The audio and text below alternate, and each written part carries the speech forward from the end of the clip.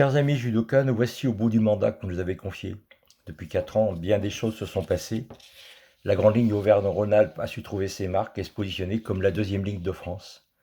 Ce rapport moral, c'est un peu le bilan de notre action tout au long de l'Olympiade. Tout d'abord, il convient de rappeler les événements. La Ligue Auvergne-Rhône-Alpes est née à la suite de 2 fusions, celle de la Ligue Dauphiné-Savoie et de la Ligue du Lyonnais en Ligue Rhône-Alpes de judo, puis celle de la Ligue Auvergne et de Rhône-Alpes et en Ligue Auvergne-Rhône-Alpes de judo. Pierre Menant a conduit une liste qui a été élue et a initié cette nouvelle grande ligue avec des projets en tête. Faire fonctionner cette lourde machine dans les meilleures conditions possibles, positionner cette ligue parmi les toutes premières, tant au point de vue du fonctionnement qu'au point de vue sportif. Préparer la succession de l'équipe dirigeante pour l'Olympiade 2020-2024. Faire fonctionner cette nouvelle grande ligue n'a pas été simple. Il a fallu pour les uns et les autres trouver une nouvelle marque, surmonter ses craintes de perdre du pouvoir, de ne plus être le patron dans son département. Mon rôle avec mon équipe pendant ces 4 années était de tenter de rassurer, de convaincre, d'inviter à travailler ensemble et non les uns contre les autres. Je pense sincèrement que les choses ont été en partie gagnées. Pour beaucoup de comités, nous avons pu travailler ensemble et avancer. Pour les autres, les moins nombreux, la dépense d'énergie n'a pas porté ses fruits. C'est dommage, mais le résultat est là, mais cette ligue fonctionne.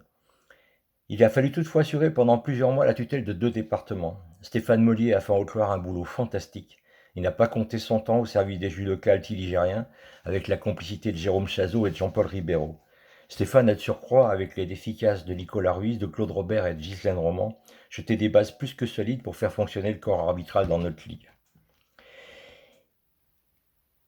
En Haute-Savoie, Pascal Scanavino a assuré avec efficacité l'animation du sportif et du quotidien, avec de belles complicités, dont celle marquante de Martial Durand et de Marc Tuyot.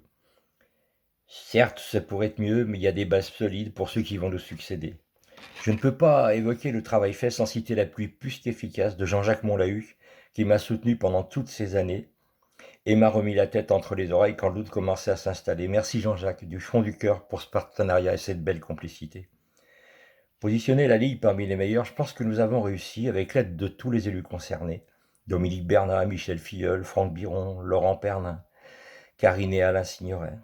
Et le travail exceptionnel de nos cadres d'État, Guy Delmain, coordinateur de l'ITR, qui s'est vu remettre le 8e Dan au cours de cette mandature, Bruno Mur, qui a assuré entre autres la coordination des 3 sites du Pôle Espoir et s'est vu remettre le 6e Dan, Olivier Bunel, qui a rejoint un poste prestigieux après des années passées au service du judo dans notre ligue, et récemment remplacé par Michael Margerie, qui a déjà pris ses marques. Sur ce domaine, je me dois de remercier également pour leur action efficace nos conseillers techniques fédéraux et les assistants techniques régionaux, Pierre Néra, Marc Tullio, Nicolas Ruiz, Jérôme Cavalli, Christophe Cadet, Patrice Palec, Éric Dirolo, Stéphane Riello, Jérôme Chazot, Jordan Luis, Thomas Rio, Guillaume Pursec et bien sûr Marlène Martin, Janine Vélex, Maël Le Hérissé et Gaëtan Leleu. Une mention particulière pour tous nos bénévoles, sans lesquels les compétitions que nous avons gérées n'auraient pas pu se tenir. Un immense merci à Karine Signoret qui a coordonné l'organisation du bénévolat avec beaucoup de travail et de réussite. La commission formation qui a particulièrement bien fonctionné sous la houlette de Dominique Bernat, elle va vous en parler, mais il y a eu des avancées plus que significatives. Assisté de Marc Perrard qui a organisé avec beaucoup d'avancées la formation initiale et les passages de grade. Thomas Rios, Guy Delvin, Bruno Mir, qui ont pris une part importante dans la formation, mais aussi bien sûr Michael Margerie et en son temps Olivier Bunel. À ce stade, je ne peux évoquer le travail fait sans penser tout d'abord à Céline Andrieux, sans laquelle je n'aurais pas pu m'acquitter pleinement de ma tâche, et ce dans beaucoup de domaines d'activité. Céline a été précieuse pour nous tous, élus et salariés, mais surtout dans l'appui apporté à l'exécutif. Un immense merci à Céline. Je voudrais aussi remercier nos salariés, Annie, Cathy, Valérie, Sandrine. Un grand merci tout particulier à Annie Coffret qui a tenu avec efficacité et sagesse les cordons de la bourse avec l'appui efficace de Jean-Marc Boudias. Partager avec vous cette belle aventure du pilotage de la Ligue Aura Judo a été un honneur et un immense plaisir. Puisque je salue nos financiers, je voudrais remercier du fond du cœur Robert Rochette, qui dans l'ombre nous a apporté une aide précieuse pour gérer les payes du groupement d'employeurs de la Ligue et le financier de la Haute-Loire. Je me dois également de remercier bien vivement notre vice-président chargé de la culture, Michel Filleul, sans lequel le respect de la tradition, la bonne tenue de nos compétitions et nos Kagami Biraki n'auraient pas eu la même teneur. Merci Michel pour le boulot que tu as fait et pour ta bonne humeur. Passons maintenant aux réalisations. Ce que nous avons fait en réponse au mandat que vous nous avez confié, je cite dans le désordre. 1. L'organisation des championnats, sous l'impulsion de Guy et de l'ETR, Un gros effort a été fait pour rationaliser l'organisation des compétitions gérées par la Ligue. Un référentiel a été créé qui permet de ne rien oublier et de prévoir le matériel nécessaire avec les intervenants, les bénévoles, les arbitres. C'est un aide-mémoire, mais les conseillers techniques ont maintenant tellement de professionnalisme que ça devient un automatisme. 2. Le renouvellement du matériel nécessaire aux compétitions au fil du temps.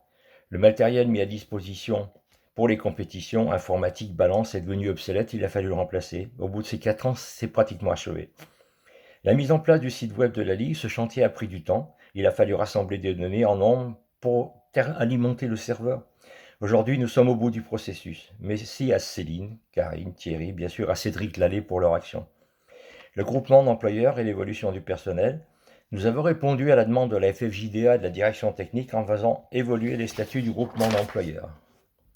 Plusieurs salariés ont rejoint ce groupement d'employeurs.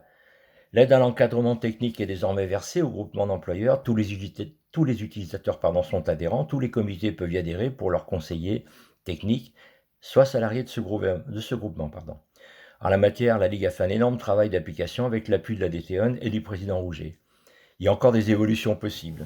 Au cours de cette dernière année, nous avons créé le comité social et économique, comme le prévoient les textes. Depuis la création de la Ligue Auvergne-Rhône-Alpes, le logiciel de gestion des OTD n'était plus adapté à la taille de notre comptabilité et à nos obligations légales en la matière. Après un exercice comptable non convaincant, avec l'appui du logiciel AFDI, nous utilisons depuis le 1er janvier 2019 le logiciel Sage Comptabilité. Il nous permet de répondre à nos exigences et d'améliorer notre gestion. Les résultats sportifs sont en progrès. Grâce au travail fait dans les clubs et les pôles, les résultats sportifs sont en progression. Guy fait le bilan sportif de l'Olympiade et on voit que les performances sont honorables. Merci aux enseignants et aux dirigeants de clubs. Comme je l'ai dit souvent, le judo se fait sur les tatamis. Les résultats montrent la qualité de l'enseignement. Merci aussi à l'ETR, aux responsables et aux intervenants des pôles. L'organisation du pôle Espoir Auvergne-Rhône-Alpes, autour de Bruno et de Guy, l'organisation s'est mieux structurée. Cette année a permis une meilleure sélection à l'entrée, une structuration des entraînements encore plus opérationnels. Merci à tous. Le campus Artenium, fin 2019, le Crêpes de Béchy nous faisait savoir qu'il se retirait de la gestion du campus de l'Artenium. Il a fallu trouver des solutions pour que cette quantité perdure. Tout le monde a mouillé la chemise, aussi bien le sportif que le politique, et l'Artenium a continué de fonctionner. Nous avons créé une association de gestion de ce site dont la Ligue est membre fondateur. Merci à Richard Mesurier et son équipe qui a assuré la gestion de l'association porteuse du projet de continuité. Le campus est une belle structure. Je formule des vœux pour que cette structure puisse continuer à vivre. Pour nos jeunes du pôle espoir du sud de Serra, c'est la solution d'hébergement idéale. La cohésion de l'équipe de salariés, réunir plusieurs ligues en une seule grande avec 3 points d'implantation, ça nécessite de repenser l'organisation du travail des salariés et d'assurer une rationalisation et une cohésion nécessaire. Avec l'aide de Jean-Jacques Molahuc, nous avons pu intervenir aussi bien auprès du personnel administratif que de celui de l'ETR. Des agents ont été formés à la médiation et à l'animation, ce qui facilite la compréhension et permet d'assurer une meilleure organisation du travail. La responsabilisation de tout un chacun a été le maître mot de notre action. Chacun a son mot à dire sur sa propre organisation et sur les difficultés rencontrées au quotidien. Le parler vrai a permis de faire évoluer la cohésion de groupe et de dissiper les malentendus. Merci à Jean-Jacques, bien sûr, mais aussi à Dominique, Céline, Thomas, Marlène. 10e point, un climat apaisé de travail. Je me suis efforcé, au cours de cette mandature, d'assumer un climat de travail et de fonctionnement le plus paisible possible. Les comités d'un côté, les clubs et les enseignants de l'autre ont besoin de calme et de sérénité pour conduire leurs tâches, qui n'est pas facile tous les jours. Je pense avoir réussi cet engagement. Je n'en veux pour preuve que ce retour qui m'était donné par un haut gradé, généralement peu inclin au compliment, qui m'a dit au cours du comité directeur d'un département qu'il me remerciait pour le climat apaisé que j'avais assuré au cours de ma mandature. Je vous assure que ces remerciements me sont allés droit au cœur. 11e point, la gestion de la Ligue liée à la crise Covid-19. Nous avons dû faire face à une crise sanitaire sans précédent. Jamais notre pays n'avait traversé un bouleversement aussi important depuis plusieurs décennies. Avec l'aide de l'exécutif, de l'encadrement, nous avons fait face. Nous avons maintenu le lien avec la fédération et les clubs. Il a fallu gérer le travail du personnel différemment. Nous avons tous appris le télétravail. Nous avons appris de nouvelles façons de travailler ensemble. Je me dois de remercier notre président fédéral Jean-Luc Rouget, sans lequel notre sport serait passé allègrement à la trappe s'il n'avait pas défendu notre cause auprès des politiques. Merci Jean-Luc, nous ne sommes pas tirés d'affaire et nous devons rester vigilants. Dans cette crise sanitaire, plusieurs d'entre nous ont payé de leur vie le passage de cette pandémie redoutable. Nous avons une pensée pour eux et pour leurs proches. 12e et dernier point, les grands rêves commencent tout petits. Je terminerai par ce plus gros événement de la Ligue a conduit au cours de la mandature. Les grands rêves commencent tout petits. À l'occasion de la remise du 8e Dan à David Douillet et Guy Delvin, mais aussi du 7e Dan à Monique Cusin, ce sont près de 1000 enfants que nous avons réunis à Gerland en janvier de cette année. Cette opération, menée en partenariat avec le Crédit Agricole Centre-Est, a été un remarquable succès. Et pourtant, l'envergure du projet, son budget, tout ça me faisait un peu peur et j'étais prêt à ne pas poursuivre le déroulement du chantier. Mais c'était sans la force de conviction de Dominique, de Michel, de Guy et de Céline. L'opération s'est bien déroulée, était un des actes majeurs de ces 4 années. Cela me permet de remercier bien vivement Thierry Carrefour, qui nous a rejoint à cours de mandature pour reprendre le chantier de la communication et du partenariat qui était stoppé après le départ de notre ami Jean-Paul Blanc. Thierry s'est dépensé sans compter sur cette opération, nous prouvant si besoin était son professionnalisme. Merci à toi Thierry. Voici le moment venu de vous dire au revoir et puis merci. Merci car je viens de vivre avec vous la plus formidable aventure humaine de mon existence. Merci à vous tous pour votre aide précieuse, vos encouragements, votre amitié. Merci de m'avoir fait confiance.